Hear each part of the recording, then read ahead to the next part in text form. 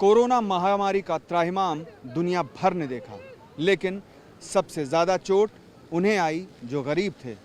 गरीब देश और इन गरीब देशों का एक संगठन यानी कि करीब 92 देश यहाँ पर जिनेवा में WTO की बैठक से पहले आपको विरोध प्रदर्शन करते दिखाई देंगे। ये मांग रहे हैं वैक्सीन और दवाएं, ख़ास तौर पर उस समय जब कोरोना जैसी महामारी देश में उनके आई हो। दुनिया भर में जब ये महामारी आई तब कुछ विकसित देशों ने इसका विरोध किया कि पहले जो दवाएं हैं उनको मुहैया कराई जाएं और पहले जो वैक्सीन है वो उनके देशों में मुहैया कराई जाएं, गरीब देशों की से इतर। तो इस मुद्दे पर हमारे साथ बातचीत करने के लिए यहाँ पर शैली हैं जो प्रोटेस्ट में शामिल हैं।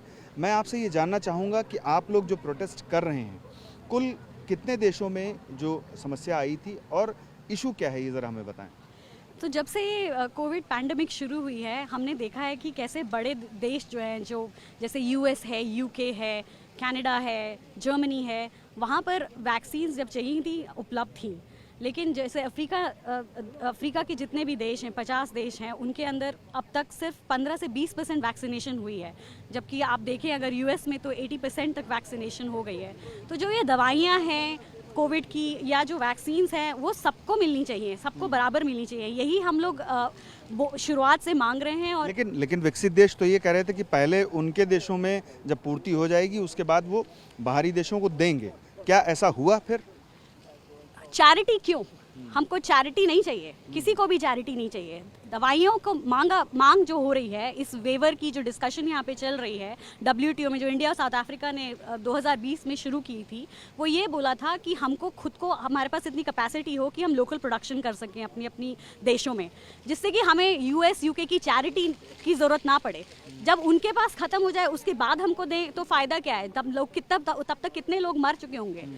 अभी भी स्विट्ज़रलैंड में हाल फिलहाल हुआ है, उनकी वैक्सीन्स ख़त्म एक्सपायर हो गई, तो उनको डोनेट करने के लिए भी टाइम नहीं था। एक हफ्ते में एक्सपायर होने वाली तो उसको क्या डोनेट करेंगे?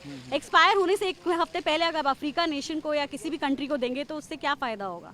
तो मेरे हिसाब से ये ज़रूरी है कि आप लोगों को यानी कि सबको बराबर से समय पर एक समय में दी जाए, सबको बराबर से जाए। बिल्कुल, हर किसी को सबको बराबर की चीज़ मिलनी चाहिए और सबको लोकल प्रोडक्शन को बढ़ावा देने की बहुत ज़रूरत है।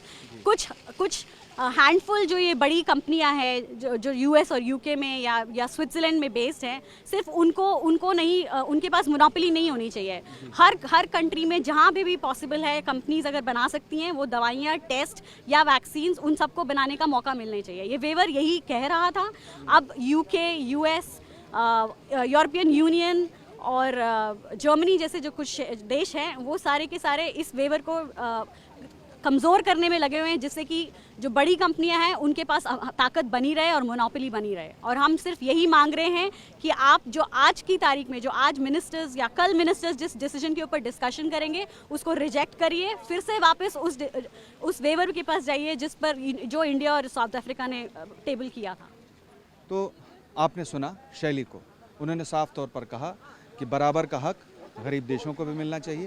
वो खुद अपनी दवाएं कोरोना जैसी महामारी के दौरान बना सकें, वैक्सीन बना सकें। तो उनके हित में अब जो 12वीं है मंत्री स्तरीय बैठक है WTO में, उसमें भारत समेत 92 देश ये मसला रखेंगे और देखना ये होगा कि इस मसले पर आगे विश्व जो गरीब देश हैं या अविकसित देश हैं या विकासशील देश हैं, उनका कितना साथ देता है। कैमरा पर्सन सुलीन के साथ पीयूष पांडे, TV9 भारतवर्ष, जिनेवा।